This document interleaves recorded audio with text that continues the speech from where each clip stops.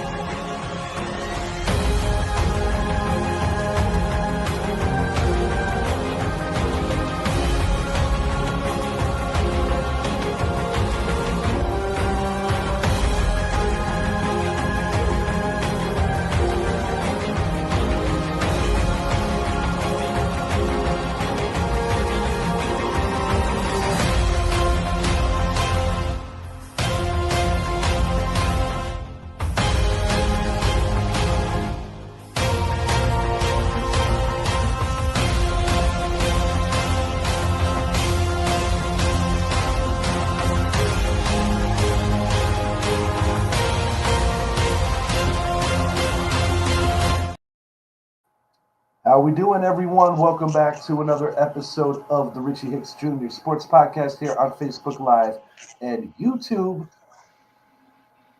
Idris, how you feeling? Hey, hey, hey, hey, hey. Start spreading. Not yet, but I feel it. As for the Mets, for the Mets, start crying the blues. Go ahead, let's go. Had to do that. Hey, Mets are going to slap. I mean, the Yankees are going to slap the Mets in the face when you guys steal Pete Alonso away this offseason. That's what I'm hoping, man. I spoke about this with a fellow Yankees fan today, and I said, you know, man, the Mets pissed him off last year. It would be such a gully move. Let Goldschmidt walk, maybe have a reunion with one of his former teams. Go get Pete and have Ben Rice as your backup first baseman / part-time catcher. Oh, boy. Man, look here. Whew. The Mets fans they'll just give up, man. Yeah. Is that Braxton Dart or Jackson Dart? That's Jackson right there. I know. Not the generated 99 Boston you just made in the Madden world. No, but check this out. No, I drafted him in the 7th round. Really? Yeah. I see what you're doing. You're trying to one-up. Hey, I'm building that kid up, man. Braxton Dart, man. But he's not Mr. Irrelevant.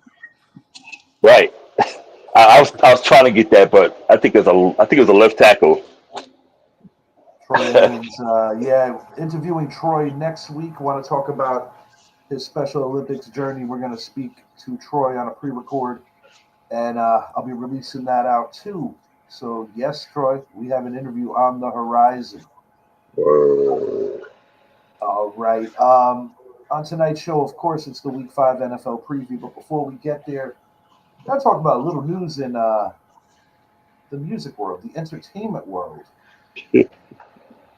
Sean P. Diddy Combs with the proverbial slap on the wrist. 4 years and 2 months. Now, is this already including what he has served, which I think is about 14 months, or am I mistaken? It's included. Yeah, it's included. He'll be out soon. Yeah. Really soon, for really. Yep. It's a paid vacation for the guy. We already know our legal system is a joke as it is, and this once again proves it. Yeah. Yeah, man. Yeah. I was actually watching a video from Art of Dialogue with Suge Knight. It was released about 6 days ago, talking about that he met Keefe D, and Keefe basically explained why he was involved. And, with Suge being on parole, he's like, I can't slap him around and do what I want. But rather interesting. rather interesting. Just another layer to that part. So maybe they'll give Diddy 30 days for taking out everyone's favorite rapper. I don't know, but give him an additional 30 days, maybe. I don't know. Unbelievable, just unbelievable. One would think that just the attack on Cassie would have warranted more than that, but Yeah, it's Hey, crazy, man. when Okay, you guys. got money, Yeah, I was gonna say when you got money, pretty yep. much it says you can do whatever the hell you want. Meaning those files are never gonna be released. You know what, Zappy? I, I, you are 100% right. I hate to deviate from the situation, but it's all about the same thing. Cause Diddy's in them files, I'm pretty sure. If those files, yeah, he got a slap on the wrist. He got a slap on it. He'll be out like another year and a half, depending on what state. If it's New York, he got another year and a half. So yeah, if it's Fed time, okay, he got a little bit more, but still, he got a slap on it. You know why? You know when those files ain't coming out? Because everybody we know, and this is not even about Trump. No, it's gonna take down the whole government for It's one. going to take down the whole. It's going to take the UK Delaware Empire is going to fall. That's why that list is not coming out. This goes beyond. I call Trump all the time, but this goes beyond Trump. I'm just happy. I'm just happy that He's just a freaking.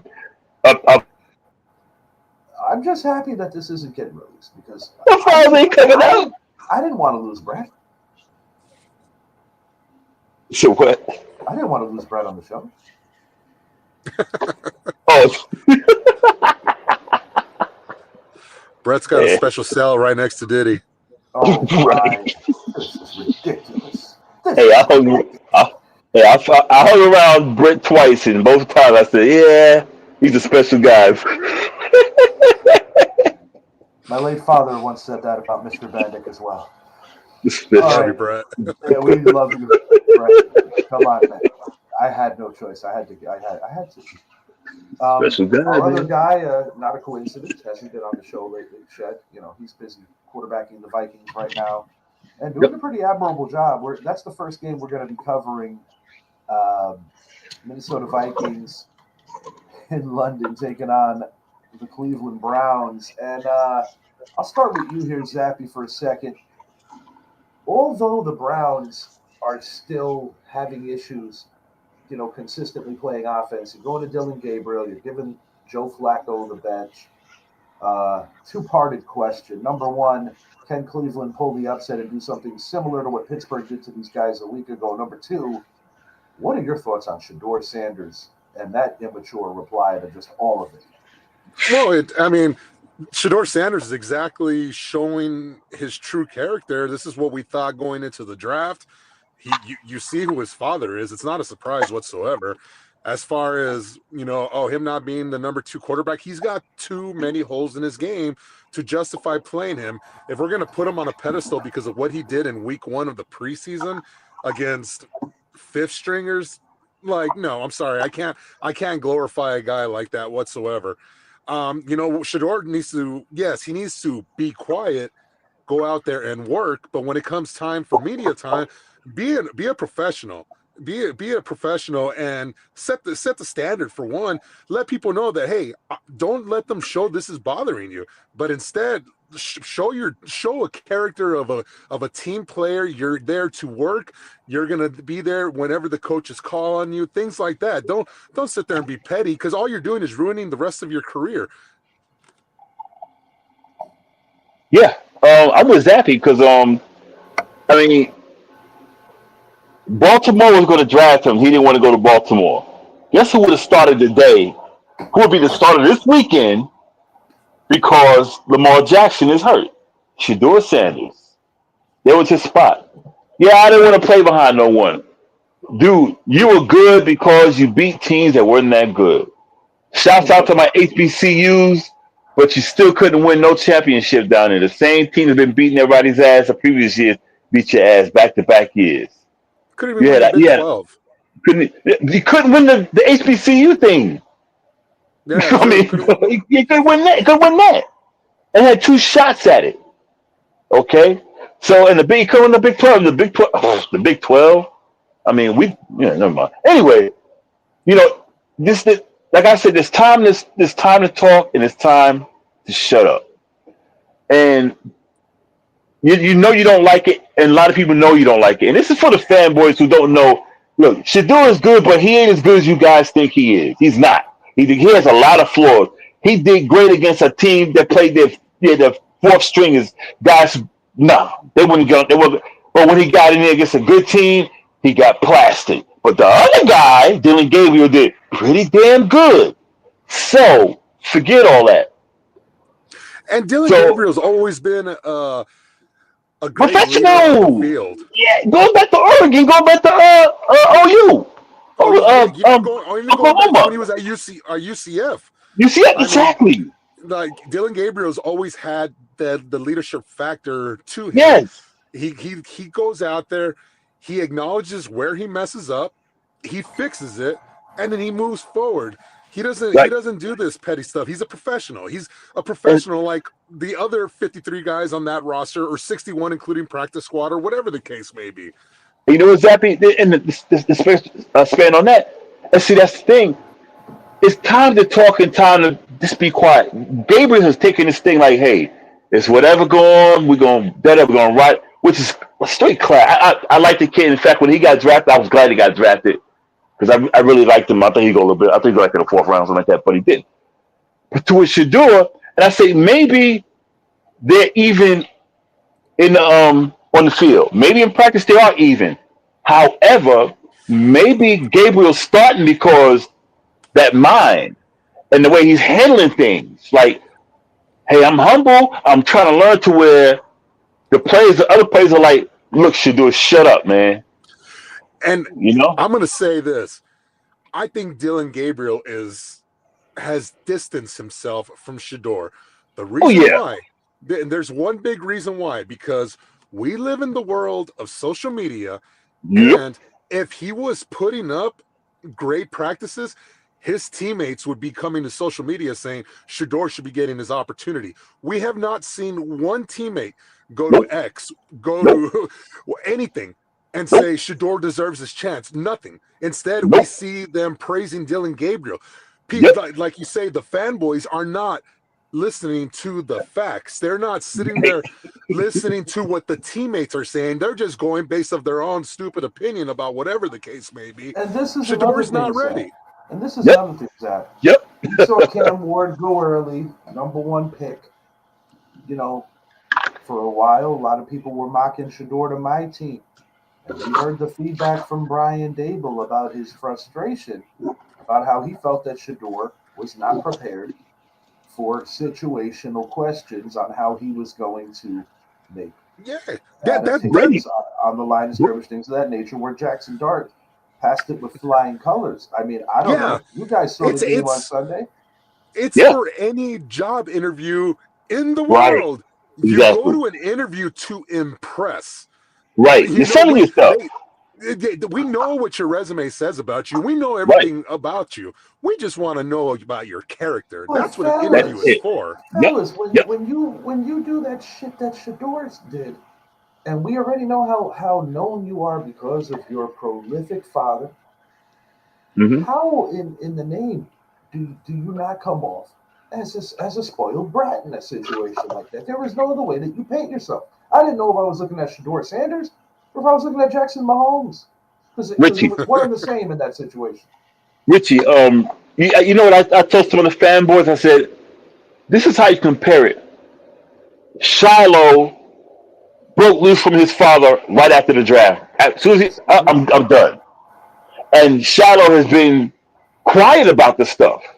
He had that incident on the field, but he's been a professional. That's why he's on the practice squad right now. That's why he's on the practice squad. Exactly. But he's like, hey, I'm going to make it. But he's like, look at me. He's nice. Like, I'm going to work. I'm going to make it. I'm going to work. And see, that's what Cam Ward told Shedeur that day. He said, you need to be working. You need to start working. I ain't playing. You need to be working. And Shedeur, remember that? Yeah. I forgot about that. Yeah. He's like, you need to work.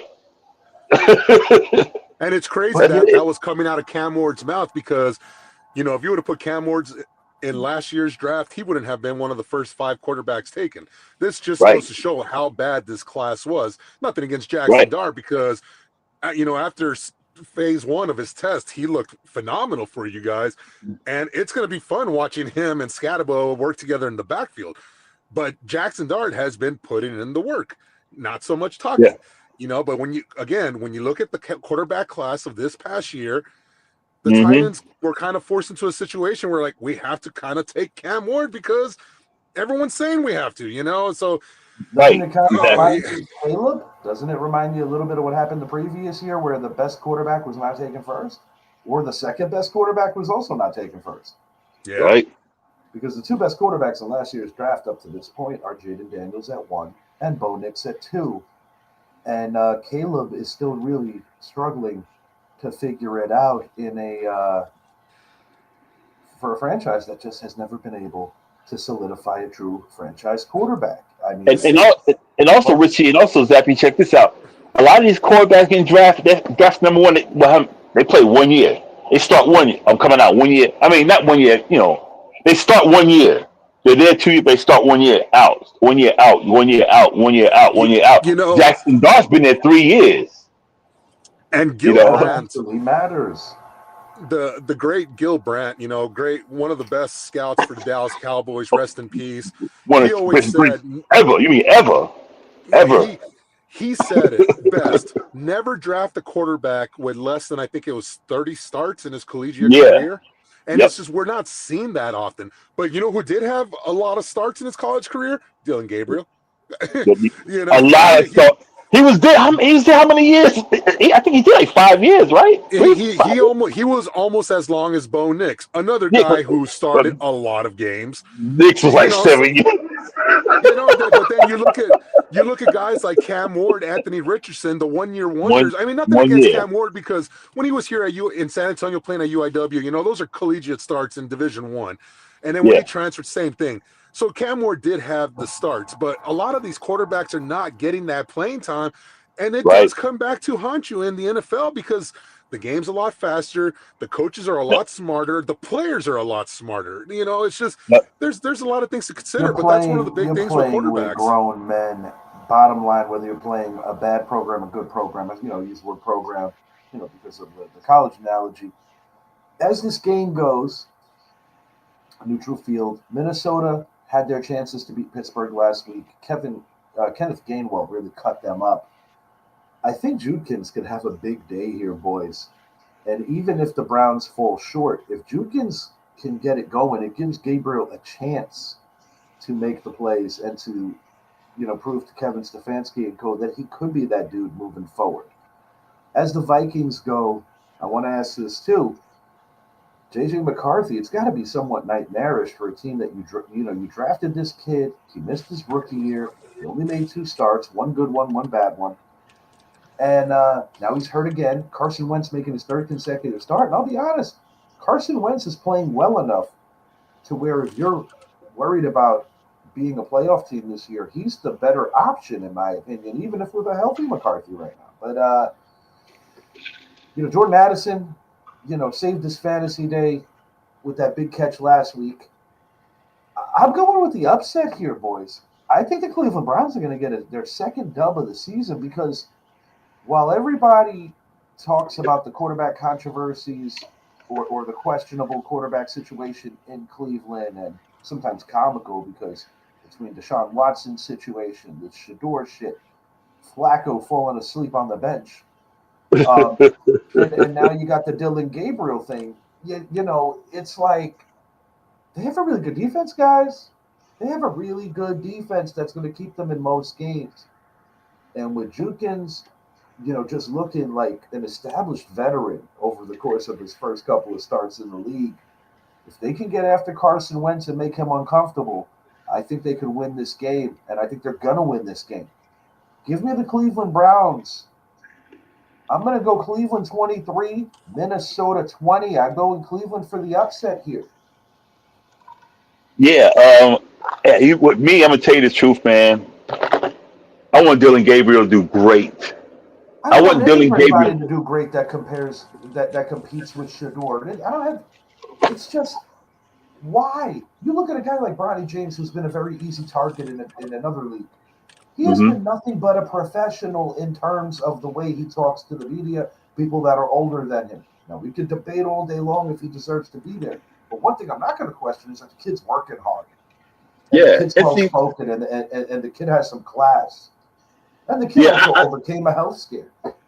yeah, I really like Dylan Gabriel, man. I mean, I like that kid. And I think he's gonna do good.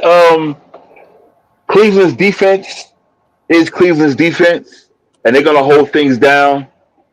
They're gonna rough up Carson Wentz pretty good. That's my Uh, concern here, man. they're gonna rough him Let's up say pretty if good, Carson man. Wentz, I don't wish it on him, but if he gets No, injured, and you know damn well he has a long injury history, then where do they yeah, turn? that's You what I'm already got saying. McCarthy all dinged up. Yeah, that's what I'm saying. Garrett and crew are coming. So Maybe refusing to bring in Cameron Poe wasn't the answer. Maybe you should have considered it. right, yeah. I want to go. I'm gonna go Cleveland 27, Minnesota 20. All right, one score victory. Wolf got the Browns. Zappy, how do you see this playing out? So I just want to point out last week there were multiple games where it was the three of you, with Troy included, that you guys outnumbered me 3-1 on multiple game picks, and in Uh every oh, one of those games I got them correct. Every one of them, my where it was bad. 3-1. So you both taking Cleveland here. My Let me tell you bad. this much. This Browns team needs Jerry Jeudy to get going. He Yeah. has been non-existent for this team. Quinshon Judkins has been a godsend for their offense. It's like Nick Chubb, that's kind of what Judkins has done. He's come in Dude, and just I carried the forgot load. Judy played for Cleveland. I mean, yeah, I forgot Judy played for Cleveland. Yeah, and I look at Isaiah Bond as finally getting more repetitions. Obviously, he had a lot Yeah, of stuff going on in the offseason that was preventing yeah, him from signing with a team. But yeah. now, he's considered the number 2 receiver. Dylan Gabriel is getting his shot. I think he's going to do just fine. This is going to be a defensive battle, and this game, honestly, is going to come down to, I believe, a special teams play. I don't think it's going to be a high-scoring game whatsoever. I think it's going to be a low-scoring game. A final score of 17-13 is the way I have it. Give me Cleveland. Yeah, yeah. All right, It's I what like it. like Creed the hard way. I like it.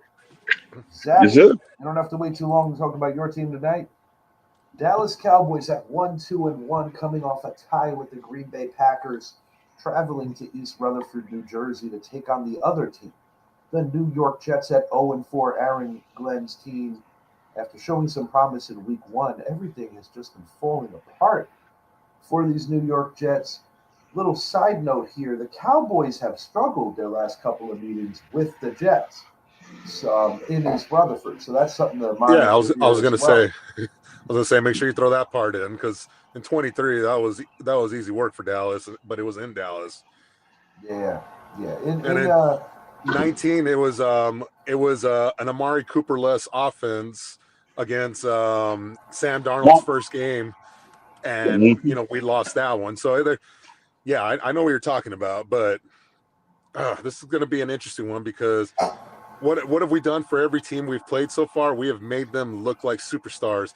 The New York Jets have one of the worst passing offenses in the NFL, and Garrett Wilson is licking his chops waiting to get this matchup.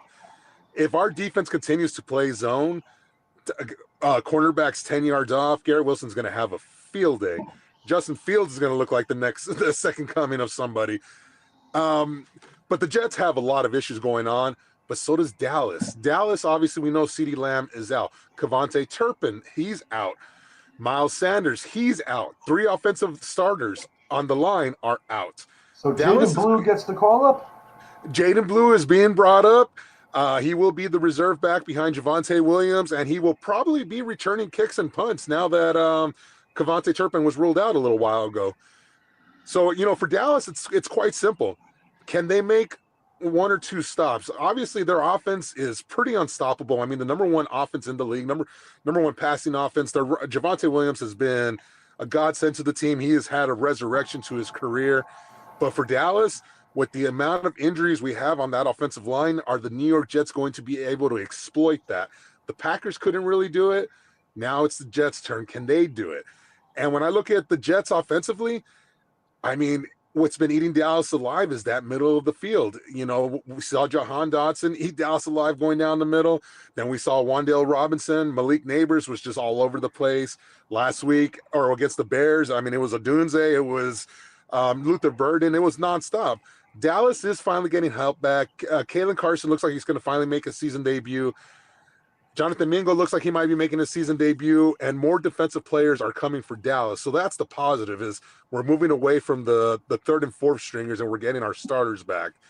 But as the game goes, I think this is going to be a true test for Dallas, because not only are they in New York this week, but they're in Carolina next week. The next two games are huge, and if Dallas does not come out of these next two games victorious, then we could pretty much call it a year for Dallas, to be honest with you. But, I'm looking at Dallas to go into New York. Their offense is going to get going. The Jets have a lot more issues on that team that is not going to be fixed in one day. I think Dallas runs away with this one. Give me Dallas 34-17, and give me another big game by Dak Prescott. I got it a little closer. Dallas has struggled mightily against the pass. However, I have seen an improvement in their run defense. Because, yes, guys, Kenny Clark actually is a really good football player, in case nobody knew that. To your point, Zappy, Javonte Williams, you said career resurrection. He never really got a chance to bloom in Denver because of the constant injuries. He's running the ball very well. Yeah, it sucks. Miles Sanders, who I thought was showing some promise and that he still had some juice, he's going to be missing. We already know about Lamb. We know about Turpin. But Dak has been playing at a very high level regardless of what his defense isn't doing. I do not think that the Jets are going to be able to completely exploit the Cowboys in the same manner that other teams have, and due in part to essentially what you said. You're starting to get some competent people back again. 24 Dallas. Give me 24-13, 24-17. Give me 24-17 Cowboys by a touchdown. And Aaron Glenn is going to start considering, why did I do this?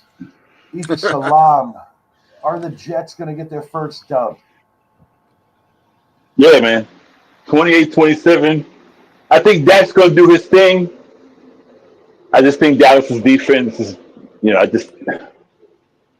I think Justin Fields is going to be the one that's going to be the one to hurt them. Not in the head, but with his legs. And that'll bring up, I think that'll bring up the DBs and all. I don't know, man.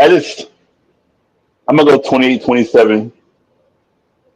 I'm curious to see if Aubrey has like a real big time field goal in this one. For his standards. I'm waiting for him to kick one for 70 because I know he can do it. For his standards, I want to see him do 75. For his standards, he missed the I think he can do it. That cost a lot of people money. But Aubrey's been so damn good. All right. You know what? Go ahead. You know what? If Dallas ever gets into a game where it's just like it's over, they should let him try a 70-yarder. They will. They did it last year. They will. It's and it's probably going to be one of those situations where it's going to be going into halftime. We could either do a Hail Mary or, hey, let them try the 70-yard field goal and see what happens. It's going to happen. It's just that opportunity has not presented itself yet, but it will. He'll hit it too. Right. He'll hit it. 2-1 in favor of Dallas. Idris is the person picking the Jets. Zappy and I are on the Cowboys.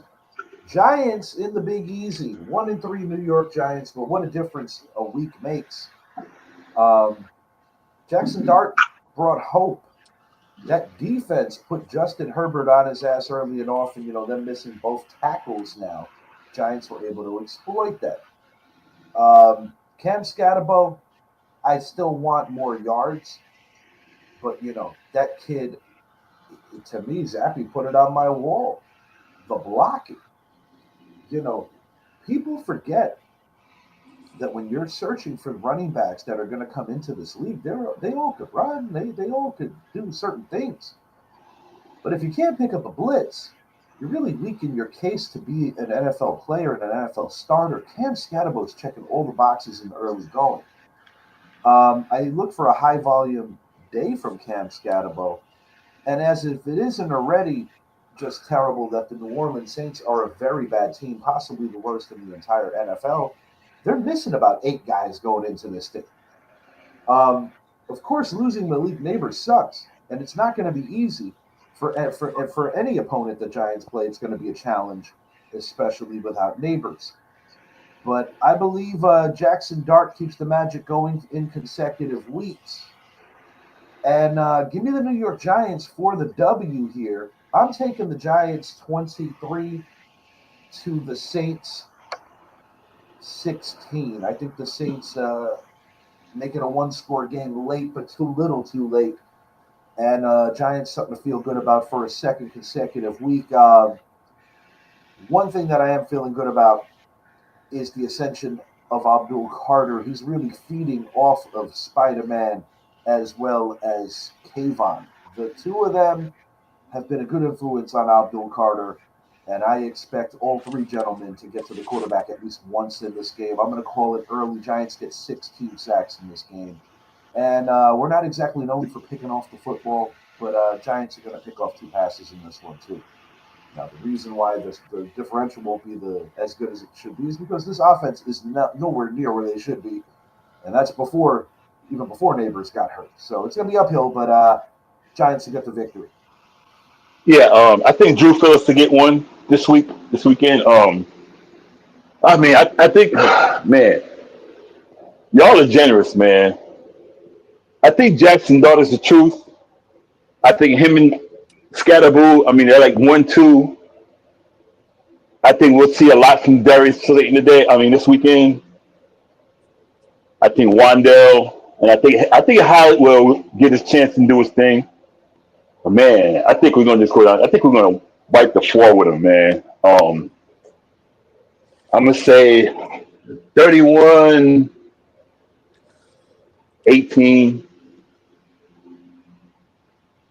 I just don't think it's gonna be close, man.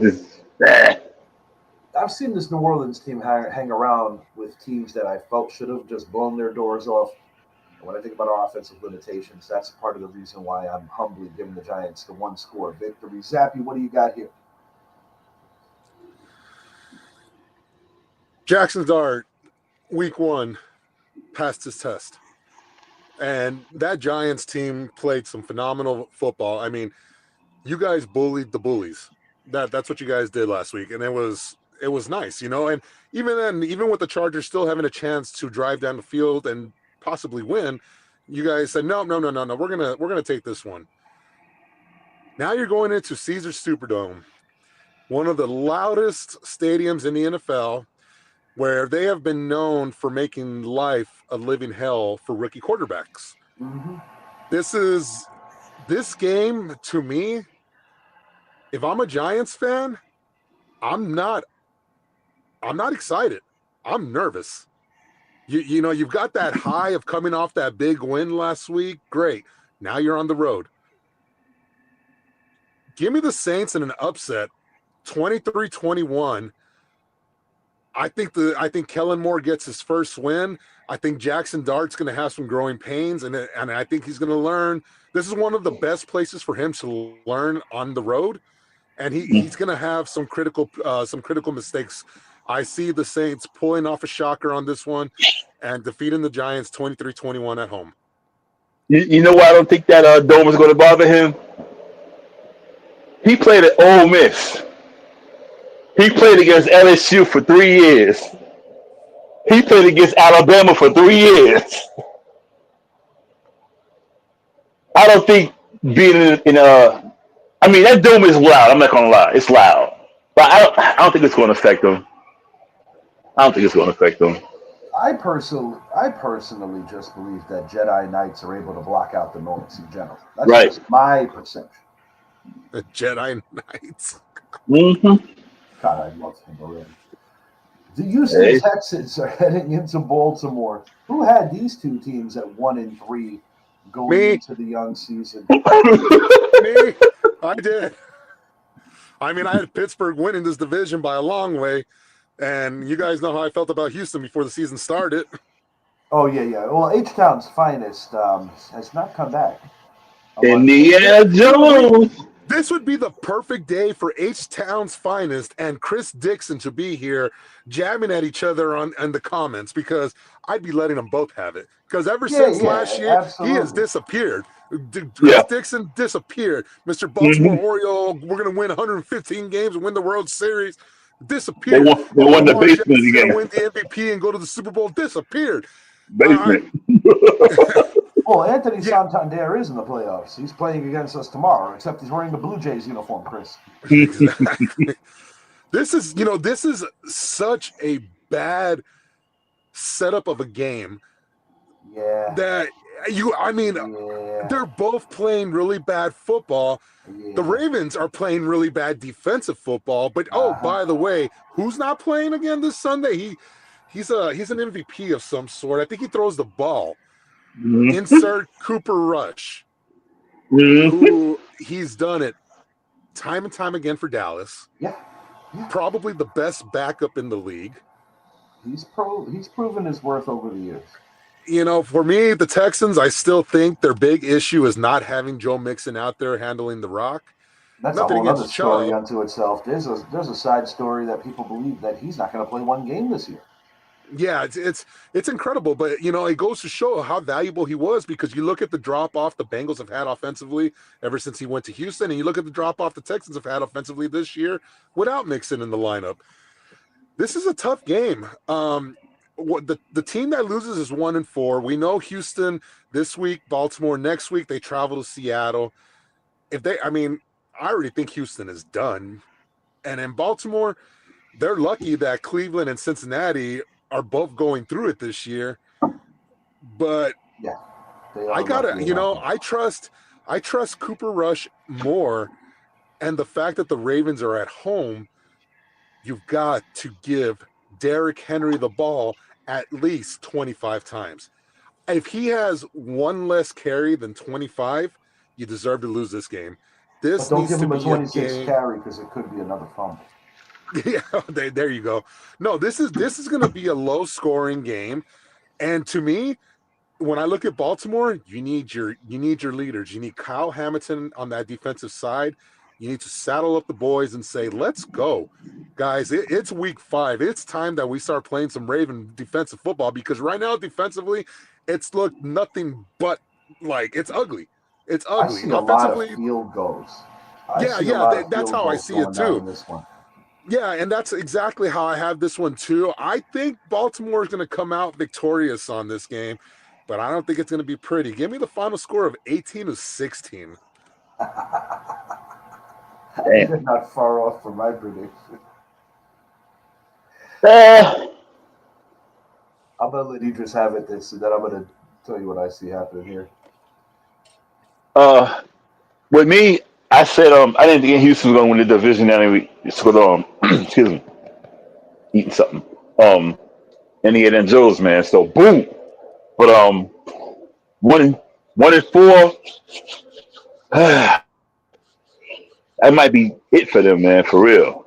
But I think Baltimore finally gets it going, man. Ooh, Cooper Rush. Yeah. I'm still going with Baltimore. Rush is a smart quarterback. I mean, he can adapt to whatever. I mean, so hey. This is going to be dramatic stuff. I'm going to go 24-18. Ravens finally win. If you're into watching paint dry, this is going to be very exciting. But to Zappa's point, he made a good one. He made a good point. What's that? Feed Derrick Henry the ball as often as possible. Yeah. Who has the better kicker in your opinion? I'm going to go with Houston here. But I do like the Cooper Rush factor.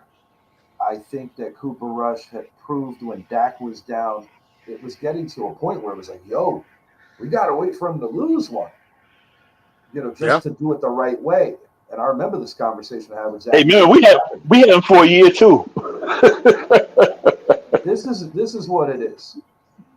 Jaime is going to kick 5 field goals. The only touchdown in this game will be by Derrick Henry. But give me Tyler Loop with the send-off field goal for the Ravens, pushing them over the top here. 16-15 in a real exhibition of phenomenal field goal. Tyler Loop, 52 yards. Let's get it. That's some John Vicenda type stuff. And it was in Minnesota. And that's H-Town's finest. Put that in your pipe. And 1-4, soon to be, pal. No, but we're only talking about the last 2 years, guys. Okay. Right. Acting like the Jaguars didn't accomplish what they did. That guy needs to show his face, man. He needs to show his face. Show me your face. The Broncos heading to the city of brotherly love. The Philadelphia Eagles, as our friends from the Sports Corner would say, have not completely played a full game yet. They have been phenomenal with timely field goal blocks, great special teams play. Not exactly have we seen the signature Saquon Barkley game that looks anything like last year. Devontae Smith, A.J. Brown are just not contributing on that level because they're winning in ways that just aren't looking sexy on the stat sheet. And Jalen Hurts, while, he's been able to win because of the way that they run the ball and because of that good offensive line, and the defense has been playing well. I think Denver, if they bottle up Barkley, keep them honest, are going to have to force Jalen Hurts to beat him with his arm. I'm going to be honest, boys. I don't know if right now he could. I kind of like the Broncos here for the road dub earlier in the season. It's barely October. I think the Denver Broncos are coming here and giving Philly their first L of the season. And now, granted, they were playing the Cincinnati Bengals last week. I think if the three of us were playing offense, we could score on the Bengals right now. But the bottom line is, I really like what J.K. Dobbins is doing. He finally gets his 100-yard game. They get R.J. Harvey workload manageability, but little by little, he's stepping into the role. And remember, J.K. Dobbins is in there every year, unfortunately. So Harvey is the man in waiting, but they are grooming him slowly. Cortland Sutton, definitely going to be tested, but I don't think people truly realize just how dangerous that Denver secondary is when they are really clicking. They got the best corner in football, one of the best pass rushes in football. I mean, it's a making for an upset game, and I don't even know if I would call it an upset because Denver's a damn good team this year. It got off to a slow start, but this is a 17 coming game into the season, bro. I picked them to be one of the final four. I got Buffalo and Denver in the AFC title game this year. That was my preseason prediction. Yeah, and I look at Philly and the 49ers are the two teams right now that you look at their records and you say how, because you look at how they're playing football and it's kind of like, man, teams are like the Rams gave them each a win because their kicker doesn't know how to make field goals. And I cannot believe what I witnessed. Watching the game, I'm disappointed over the replay because I was watching the Yanks yesterday. But when I saw Kyron Williams, the Notre Dame product, get stuffed, and their refusal to take the three there, insanity. The Rams have given away. I have no problem. I have no problem with that part. The Rams were doing a good job all game of running the ball. The problem I had the young season. Yeah, the problem I had with the game last night, and it wasn't even the Kyron Williams fumble, because Alfred Collins made a great play. That punch out was phenomenal by him. It was the play call on that fourth down. Puka Nacua is probably the best receiver in football right now. Not altogether, just right now. Yeah. That's the best duo right now as they well. should have. Yeah, if I'm Sean, and I don't like to question Sean McVay because he's one of the best offensive-minded head coaches in the league. But in that situation, I'm spreading it out. I'm spreading out the offense, and at that point, I'm either going to let Stafford. I'm going to let Stafford read the defense. If he sees something there that's going to be something quick to Puka or Devontae or whatever the case, let him throw it. If he doesn't see it, then you hand it off to Kyren. I didn't like that play call. So not against they that just played defense. their hand too strong, and they kind of already knew what time it was. Yeah, and so going back to this game, that's kind of how I see the Eagles right now. Is not to take anything away from them. They are the Super Bowl champs. They're the defending NFC champs, defending Super Bowl champs.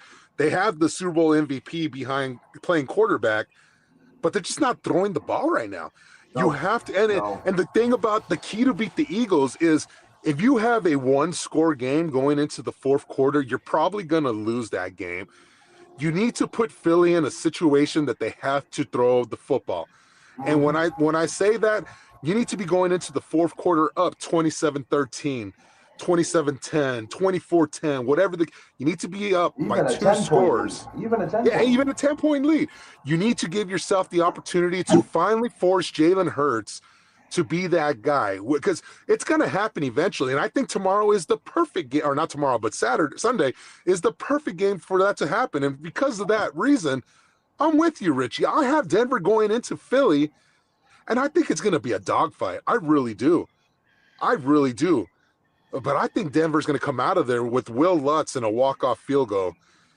Give me another low-scoring game. Give me this one a 24-23.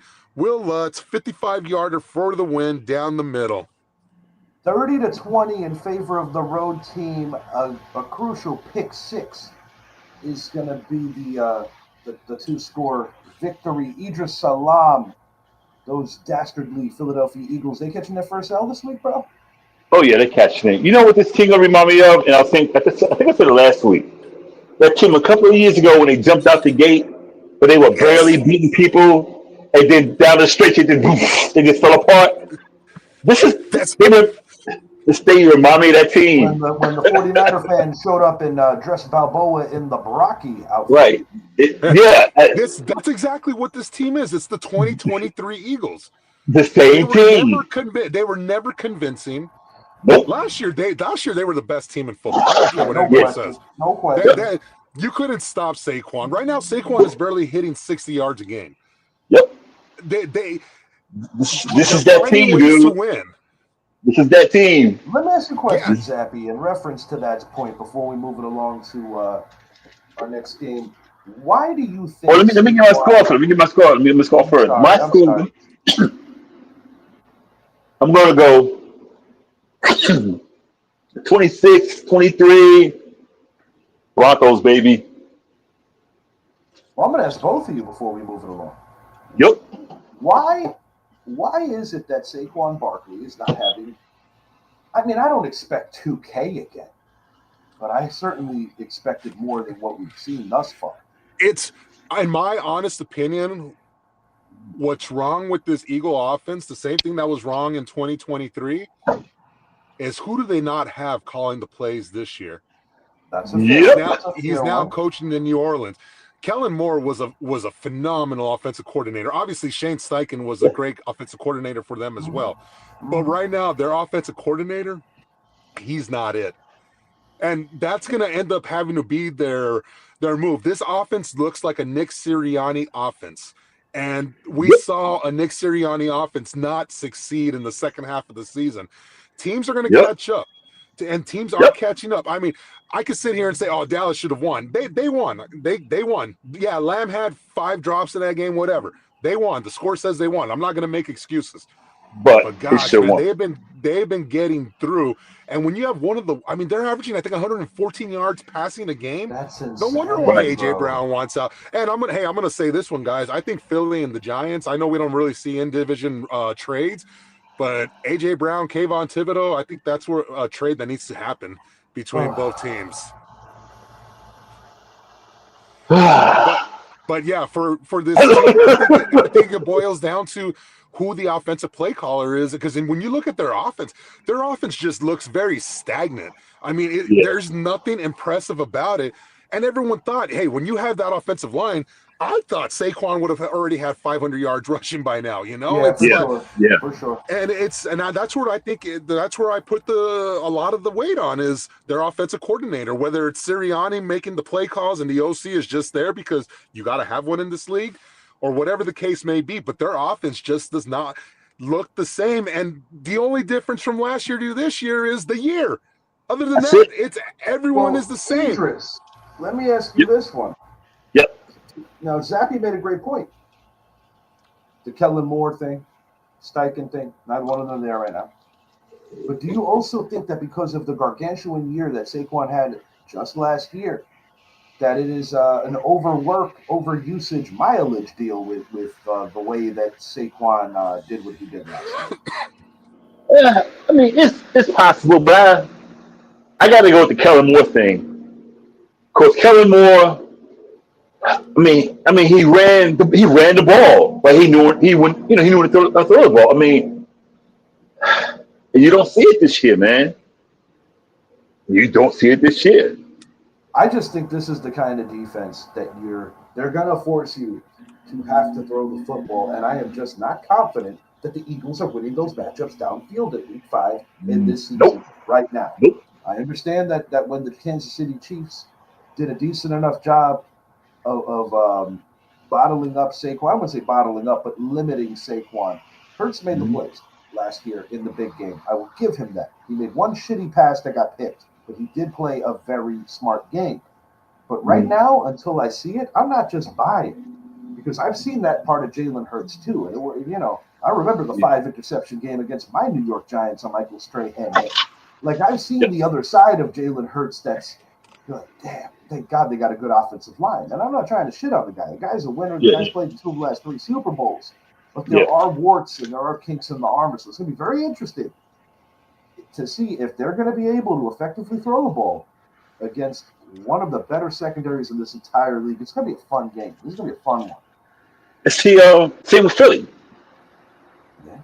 Can he stop the pass? Yeah, I mean, we're going to find out. Bo Nix,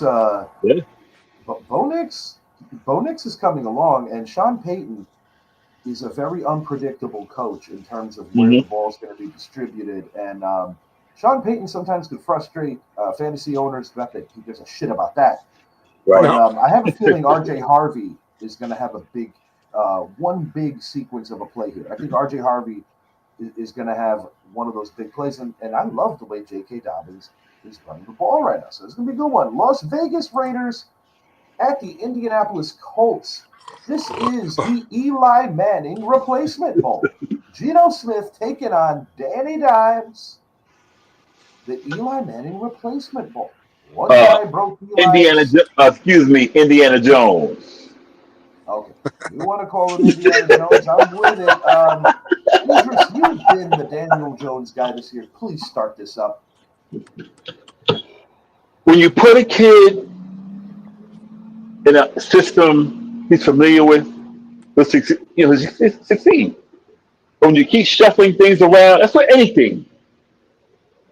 You're not going to get a good product. Now, in New York, he's 50% of the blame, period. You played like trash.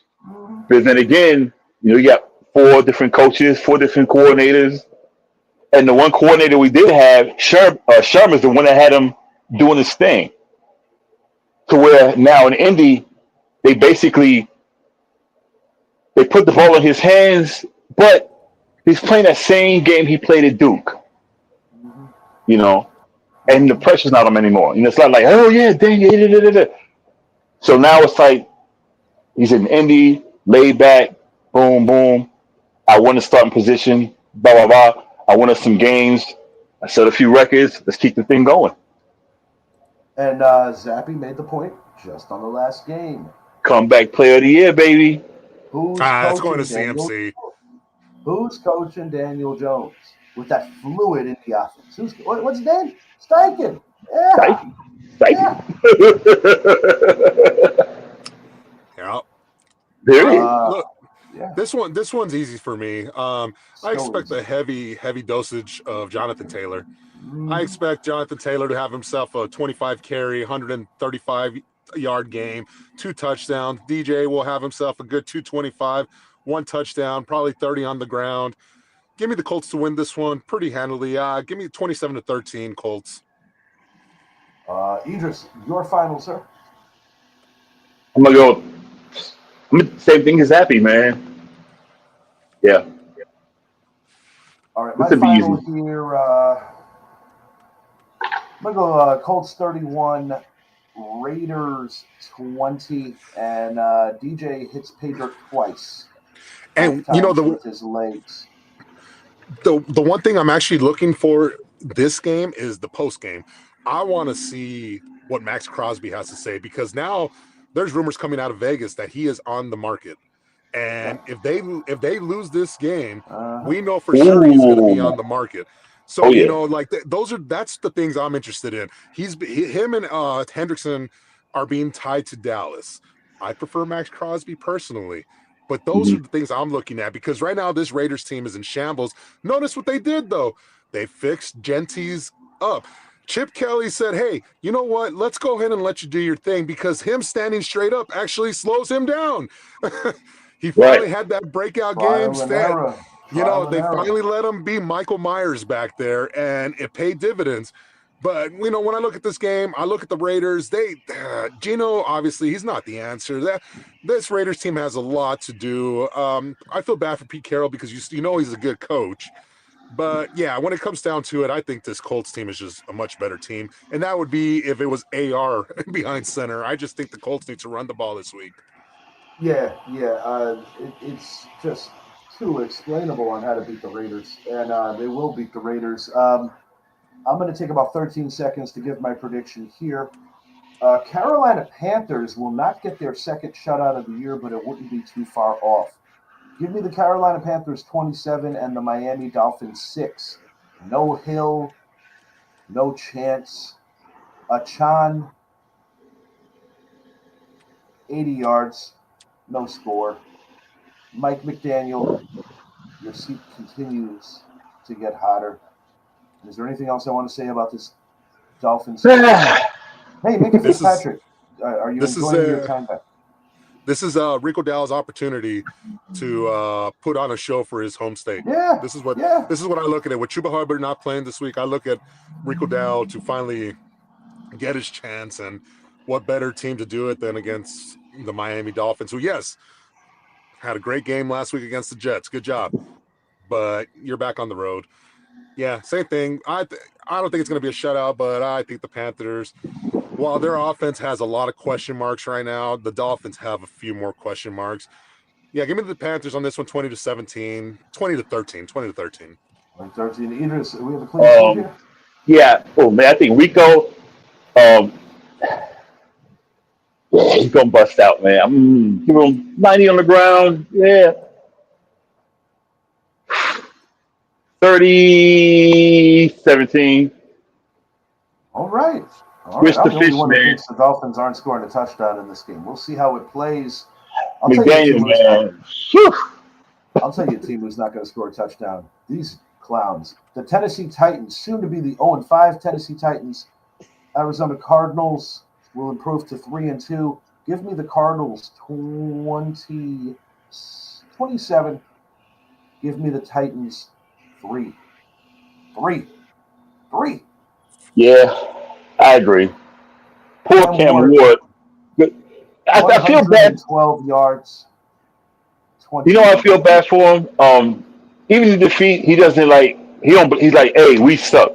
Blah blah blah. He take the blame for it, blah blah blah blah. He's not throwing it at anyone. He said, we got to get better. Blah blah blah blah. I mean, so I see him better than Shedeur. Shedeur was like, well, they didn't do this, and they didn't do that. Da, da, da, da. But yeah, it's gonna be a beatdown. Man, I'm gonna go 30-3. I mean, I guess the Cardinals' biggest issue in this game is who's going to run the rock. As we know, their top 2 running backs are out. I look for Marvin Harrison to have himself a big bounce back game after he had so many critical drops last week. Yeah, I think it's going to be a pretty easy work for the Cardinals. Cardinals 27-3, maybe 6. Texans not Titans. Sorry, you got a lot of work to do, guys. And I will say, they got a lot of work to do. Jeffrey Simmons will be traded by them. God, they're so bad. They're so bad. They're so bad. Tampa Bay Buccaneers at the Seattle Seahawks. 2 big Buccaneers will not be playing in this one. No Bucky Irving, no Mike Evans, but they still have Baker Mayfield. Emeka Egbuka, very impressed with what he's doing in his young career. But I think it's a little bit too much of a big ask here with Tampa, and you're going to be playing in front of the 12th man. I like the Seahawks to win this one. I do think Tampa competes. I think they keep it close to a 1 score. But give me the Seattle Seahawks 27. Give me the Tampa Bay Buccaneers 23 in a gutsy effort, but they're going back to Florida with the L. Seahawks will improve to 4-1. And I think Tampa's rocking with those creamsicles this week again. Yeah, I'm going to go Seattle too. Sam Darnold making his money, man, showing his worth. Yeah. Jackson Smith. Yeah, right. So, I mean, Baker Mayfield, he can do what he can do, but Mike Evans, dude. So I'm gonna go. And Walker both hit pay dirt in this one, by the way. Yeah, but I'm gonna go Hawks 27-18.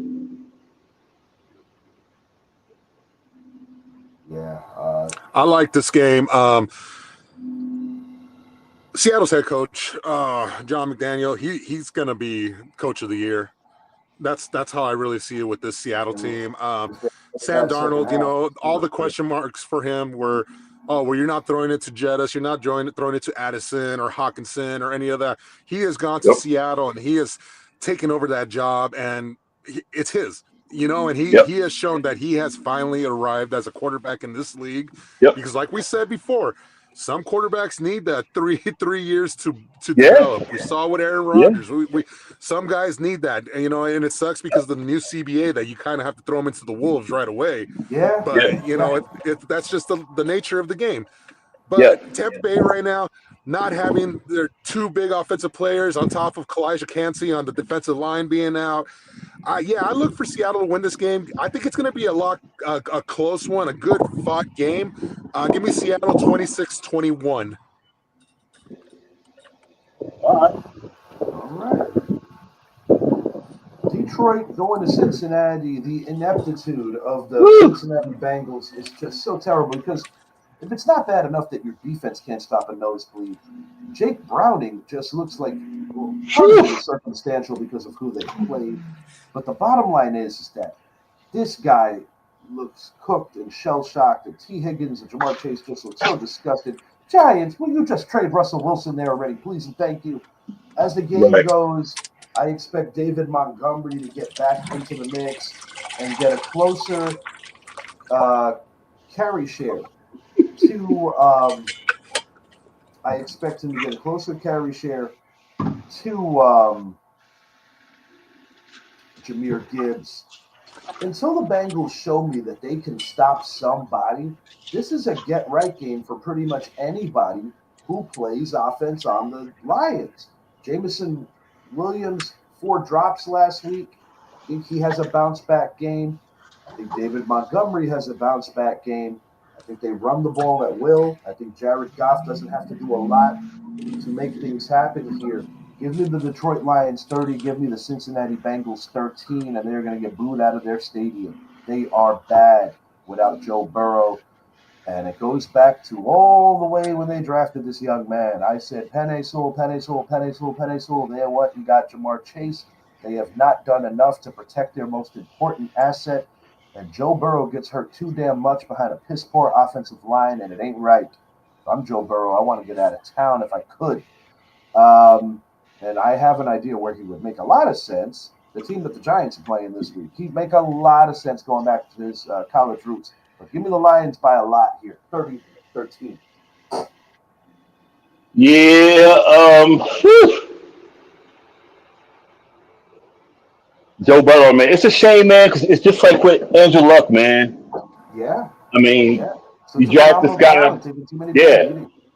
eating. This guy takes you to a Super Bowl, man, and Ooh, you can't wow. build around him. I mean, yeah, I mean, like, golly, dude. I mean, what more do you want from your quarterback? They You gave know? up 8 sacks, eight Right. sacks in that game, and that the writing was on the wall. Fix the line, and we win a Fix Super the Bowl. line. Nope. Yeah. Now it's fix the line, fix the defense, fix Joe Burrow. Like it's just Fix backfired everything. on them. Yeah, And big this is time. what happens when you prioritize paying two skill position guys before you fix where the battles are won in the trenches. And Yep. you let a bruiser like Joe Mixon walk out the door. I mean, I like Chase Brown, but I'm not like over the moon about him. He's not Joe Mixon. Nope. And yeah, the Bengals are going to squander the great Joe Burrow years because they can't protect him. And they can't believe Yeah. their defense is shit. You're Yeah. shit. I'm going to Yeah. tread carefully on this one. Last week, the four of us all were on the Bills, 40 points to 6 by the Saints, and the Saints were in there. Yeah. They were in it. Yeah. Detroit's going into one of the most hot. No, I'm just kidding. Give me Detroit 41-13.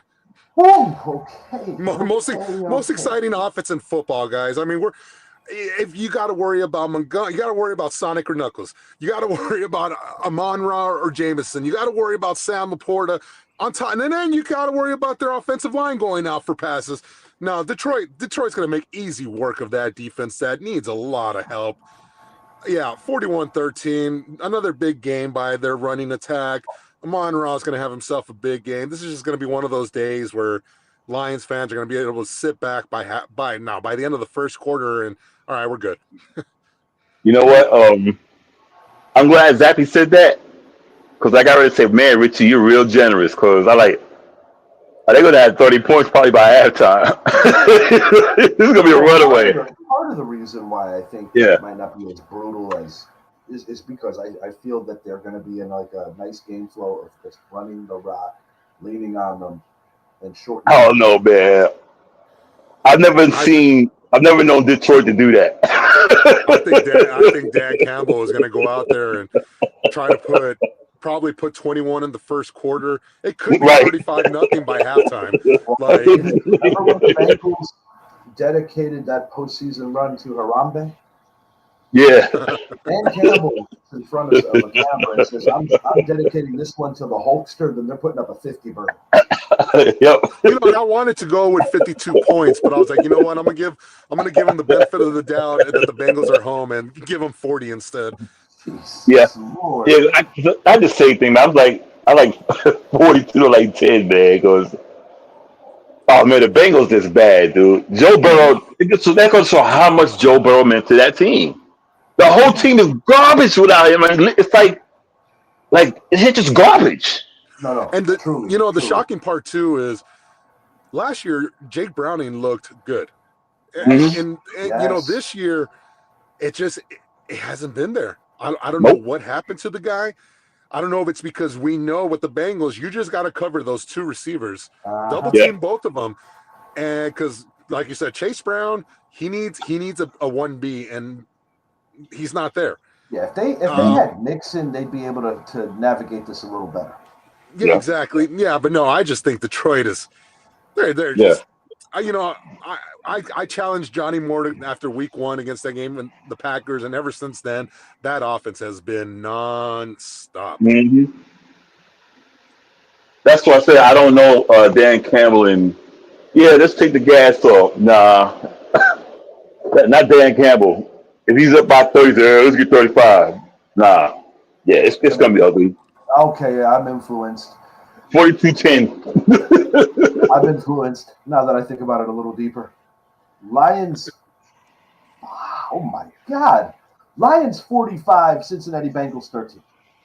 Oh my Yeah. God, this is so bad. Okay, Washington Screw it. Commanders going to SoFi taking on the Chargers at 3-1. Chargers coming off their first loss of the season to my New York Giants. The Commanders welcoming back their quarterback, Jaden Daniels.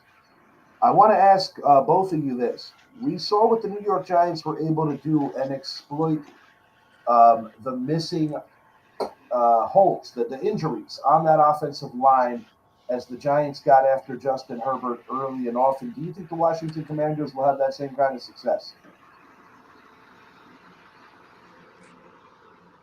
Oh no, I don't think they will. Um, that doesn't look like a Dan Quinn defense, man. No, no. And yeah, I was going to say, when you look at the Giants, you guys have one of the best tandem of pass rushers, and the Right, Commanders are searching right, for somebody. Letting Dante right. Fowler go has shown to actually affect that defense Yeah, negatively. yeah, Yeah, indeed. yeah. When I look at this Commanders team, yes, Jaden Daniels is coming back, but Terry McLaurin, he's still out. Noah Brown, he's still out. Mm-hmm. This to me, this I think is going to be an old school style of football game. That's kind of what I expect, but I wouldn't be surprised if we see Herbert go out and pass for 330 yards. But I think this is going to be a ground and pound type of game by both offenses. The Chargers have to do everything possible to make sure it doesn't turn into a shootout because right now they can't get pressure on the quarterback. And the Commanders have to do everything possible to make sure that this game does not get out of control early. I think it's going to be a low-scoring, good defensive battle. It's whoever has the ball last is going to win this game. Give me the Chargers to win this one, 20-17. I'm going a little Yeah, higher on this one. Sorry, Idris, you go first. I'll wait on second. yeah. I think it's gonna be a ground out game. Same thing. I think Daniels. I think he'll be himself, but I don't think he'll be as aggressive. But I'm gonna That go injury, that injury. Yeah, it sticks um, with you. Mm-hmm. yeah. And like I said, this is not a Dan Quinn defense, and that defense, their defense is not like ours. We got Burns, we got K5. I mean, we got Carter, so we had that type of attack to go at the Chargers. I don't see Washington having the same thing.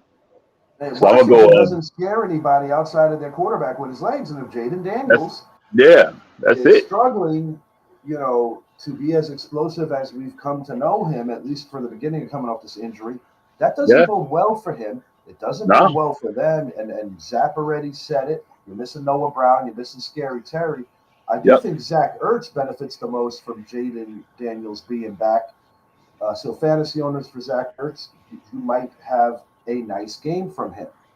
But Krosky Merritt has not seized the opportunity, in my opinion, to the best. He's the best of the three, but he's still not doing what I thought he would do. Austin Eckler, huge loss for them. I know this is killing Austin Eckler not play against his former team. yep. Give me the Los Angeles Chargers 27. Give me the Washington Commanders 20. I think the Commanders are going to struggle inside the red zone, particularly. And I think Justin Herbert just makes more plays. I think Omari and Hampton has a strong game. And Keenan Allen hits pay dirt at least once. I'm a little concerned about McConkey's slow start, but it could be more circumstantial game script than it is McConkey himself. Time will reveal that. But I am a little concerned if I'm a Charger fan about why McConkey hasn't been doing as well as he could or should. Yeah. I'm 27. I'm 21-17. Sunday Night Football takes us to Buffalo. The New England Patriots at 2-2. And the Patriots usually, at least once a year, are good for giving the Bills all they can handle. That game-winning field goal. We shall see. All right. What's the key to victory for the New England Patriots? I don't think it's that complicated. Try to keep the Buffalo offense off the field. Try to get your run game going. Try to get Drake May as comfortable as he could possibly be by, letting the game come to him. Buffalo has not exactly had the toughest schedule out of the gates. I do think that this is going to be a legitimate challenge. The reason I made that comment, we don't look at the Ravens the same way that we did going into the year, the way they've struggled their asses off.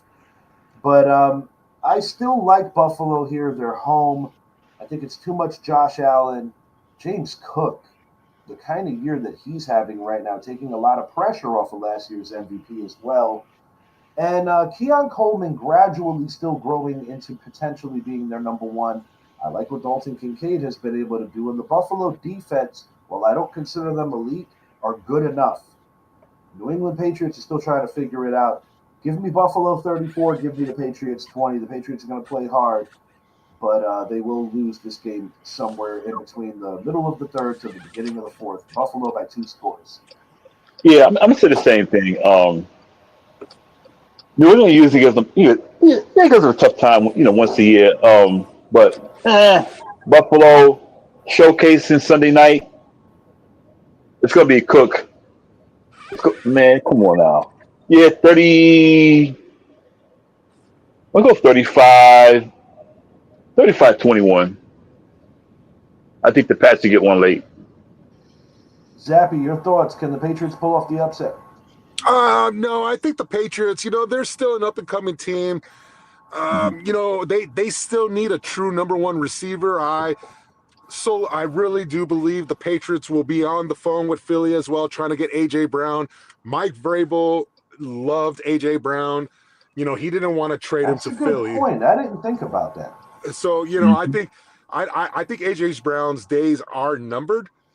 And I think, while I sit here and say that New York should try to orchestrate a trade for him, I think the ideal spot is going to be for him to go to New England. But back to this game itself, Buffalo got tested last week. No one expected that. I don't see Buffalo having a slip up like that 2 weeks in a row, even though this is a division game. I think it'll be close early, but I think the legs of Josh Allen and his passing is just going to be too much. James Cook, 115 yards, 2 touchdown game. Give me Buffalo 38-20. Now, you know what's interesting? Some would think coming into this game that the big story would be Josh Allen and Stephon Diggs. Do you know that nobody on our panel so much as even mentioned Stephon Diggs? And that speaks volumes about the truth that New England is just not there yet. They're not. They're close. They're a year away. Yeah. Said it. Yeah, they're not there yet. But no, they have done a good job of fortifying their future. So, but you know what? With Buffalo, with Diggs being gone, it's like the team is more united. None of the nonsense. I think Josh Allen's a better quarterback without him. He's a better quarterback. I mean, I think way better. Turnovers are way down. Way down. Hey. Distributing the ball in more places. I like what I've seen. So we're all on the Bills. Buffalo's my Super Bowl guy in the AFC. Yeah, I'm picking them to win the conference this year as well over the Denver Broncos. We'll see. Monday Night Football, Kansas City Chiefs going to Duval to take on the Jaguars. As my mother says, she loves the way Zappy says Jaguars. We've got a Chiefs team that's kind of like been lying in the weeds. They've kind of been quiet. Zappy, get on this now. You just said you gotta go. Look, Jacksonville did exactly what I thought they were going to do. They went into San Francisco. They got that victory. Kansas City did exactly what I thought they were going to do, and that was blow out Baltimore. Yep. I think this game is going to be a true test for Kansas City. Something about Jacksonville tells me that they're going to, because they're home, they're going to pull this one out. Give me Jacksonville to win this one, and a close one. 27-24. Kansas City's coming off of a big win last week against Baltimore, and I think they're going to take a step back this week before they make their serious run for the year. So, yeah, I think Jacksonville is going to come away victorious in this one tomorrow or Sunday. I'm on the other side of this. Jacksonville's been winning, but I'm still not happy with this weekly disappointing QBR from Trevor Lawrence. I like their run game. I like their defense. I like Liam Cohen's creativity. But I'm still waiting for Trevor Lawrence to look like the guy that he was about 2 or so years ago. I haven't seen it yet. And I have a feeling that Chris Jones has a signature game, and I think this Kansas City defense is going to rise to the occasion. Give me the Kansas City Chiefs 26. Give me the Jacksonville Jaguars 20. Chiefs for the road dub. Idris, what do you got on the final game? I don't trust Jacksonville and Duval. I just don't trust them Um, yet, but they yeah, are looking. I think better, but I don't trust them in Duval. I think KC's getting it together. They're playing sneaky, just lurking. Um, it's good they got X back.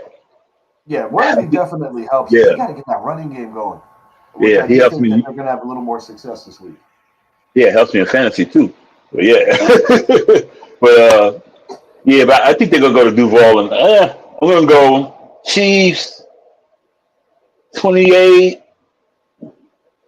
No, I'm gonna go Chiefs 31, Jacksonville 21. All right, I like it. Trevor Lawrence got to get it together, man. Yeah, I'm not sure if he's doing it this week. I really think Steve Spagnuolo are going to have them ready to go. Yeah. My final thought of the night before we get out of here. Last night, I made a mention of it on a short show yesterday. What Cam Schlittler did to the Boston Red Sox yesterday in the MLB playoffs was nothing short of phenomenal. You're talking about 8 strong innings, 12 Ks, no walks, and after the second inning, no batter faced more than 2 balls. That is absurd. Truly absurd. Insane. Yeah, Cam Schlittler, in a lot of people's estimations in the modern era, the best postseason start like ever.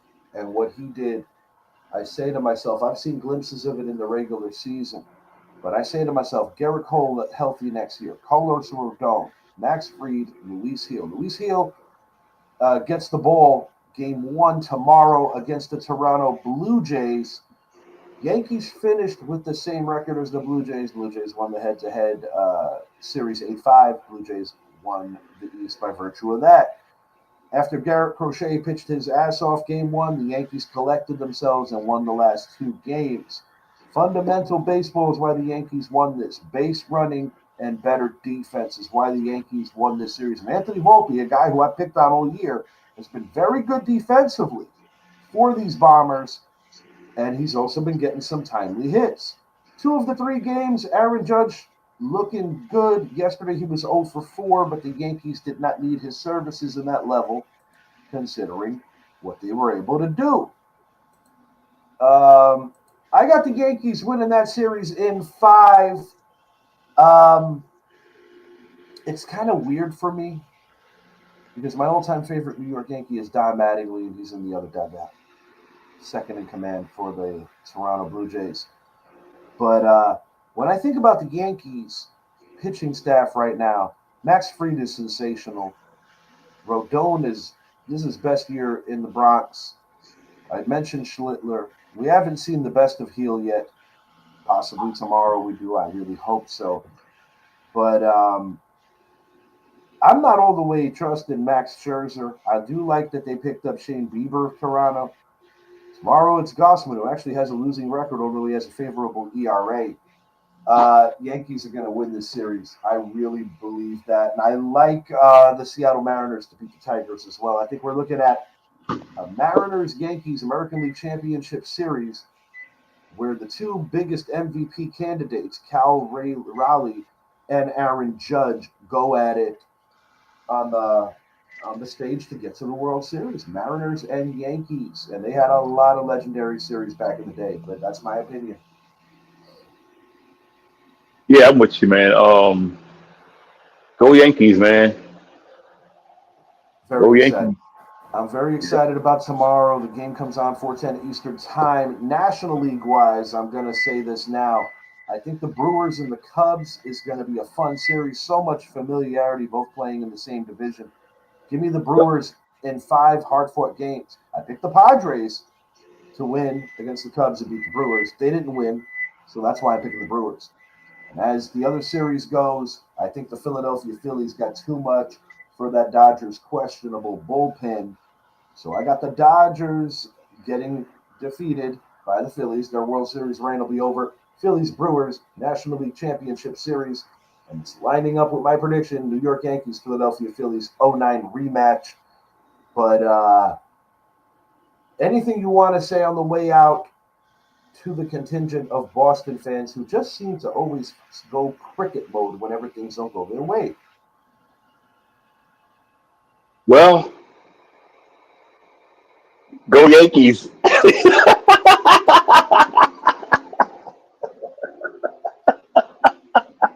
Gambling influencer. Don't know her name off the top of my brain. But she said Boston in 3, Red Sox in 3, right before they took the field. Cam Schlittler, after celebrating with the boys in the locker room, said, "Not tonight." Yeah, let me name a few. Let me name a few also names went as too. far as saying drinking that dirty water because Yeah, I got a he few. is from that region. I got a few names. Mr. Joe North, my boy Edwin Rosario, cool homie. My boy Alex Delgado, Mika McKenzie, y'all all my homies. But hey, enjoy the World Series. It looks better on TV. I am so disappointed with a guy that plays the role of troll so well, Steven Ridlon. Oh, yeah. Like, where you at, bro? Where is he?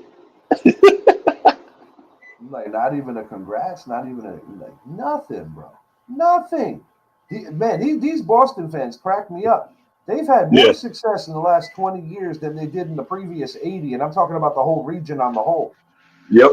And it's like you would think that they would have maybe been humble about losing because they did it for so many friggin' years. But I gotta say this.